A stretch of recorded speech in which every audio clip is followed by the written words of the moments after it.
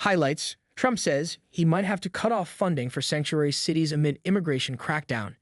Asterisk, the Trump administration is directing the Justice Department to boost efforts on immigration enforcement, according to a memo sent to staff by Deputy Attorney General Emil Bove. The administration is planning to send 1,500 more personnel to the southern border, the acting defense secretary said. Asterisk, Trump sat for a taped interview with Fox News host Sean Hannity that aired this evening. The wide-ranging conversation touched on several subjects, including a potential TikTok ban, funding for sanctuary cities, and pardons for January 6 defendants. Asterisk, the House passed an amended version of the Laken-Riley Act this afternoon.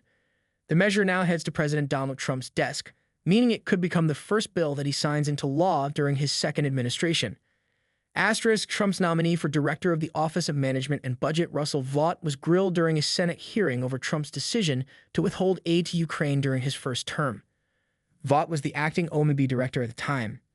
Asterisk, Trump has redesignated Yemen's Houthi movement as a foreign terrorist organization, the White House said, drawing praise from conservatives and criticism from aid groups that say it could worsen the humanitarian crisis in the Gulf Arab nation. Asterisk, the Iran-aligned Houthis, formerly known as Ansar Allah, have been attacking commercial ships in the Red Sea since late 2023 in solidarity with Palestinians over the Israel-Hamas war, as well as U.S. warships protecting the key shipping lane. At least 4 seafarers have been killed. Asterisk, the Houthis activities threaten the security of American civilians and personnel in the Middle East, the safety of our closest regional partners, and the stability of global maritime trade, Trump's executive order says. Asterisk, Trump redesignates Yemen's Houthis as a foreign terrorist group continued. Asterisk, former President Joe Biden oversaw multiple U.S. military strikes on Houthi targets in Yemen, but had given the group a lesser designation as a specially designated global terrorist organization in an effort to address humanitarian concerns in Yemen, where there is widespread malnutrition amid a years-long war between the Houthis and the Saudi-backed government. Asterisk, experts say the harsher designation could impede the work of aid groups. Asterisk, the Trump administration is aware of these consequences but chose to move forward anyway, and will bear responsibility for the hunger and disease that will follow, Scott Paul, Director of Peace and Security at Oxfam America, said in his statement. Asterisk, but conservatives like Rep. Don Bacon, Arneb, deem the move a revolution of common sense. Asterisk, the redesignation comes as the Houthis released the 25-member crew of a Bahamas-flagged ship that they seized more than a year ago off the Yemeni Red Sea coast.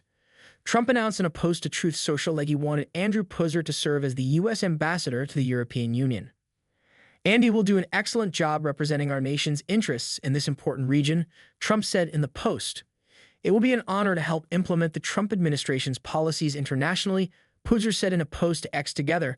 We will protect America's interests in the EU. Trump selects Andrew Puzder as nominee for ambassador to EU. Despite previous criticisms continued, in 2017, Trump nominated Puzder to serve as labor secretary, but Puzder withdrew his nomination after concerns over his business practices and personal life. The video surfaced in which his ex-wife made domestic abuse allegations, and Puzder also faced criticism for business practices such opposition to raising the minimum wage. A spokesperson for Puzder said at the time that Puzder and his ex-wife are close friends today and often spend time together, but none of that context seems to matter to Andy's critics.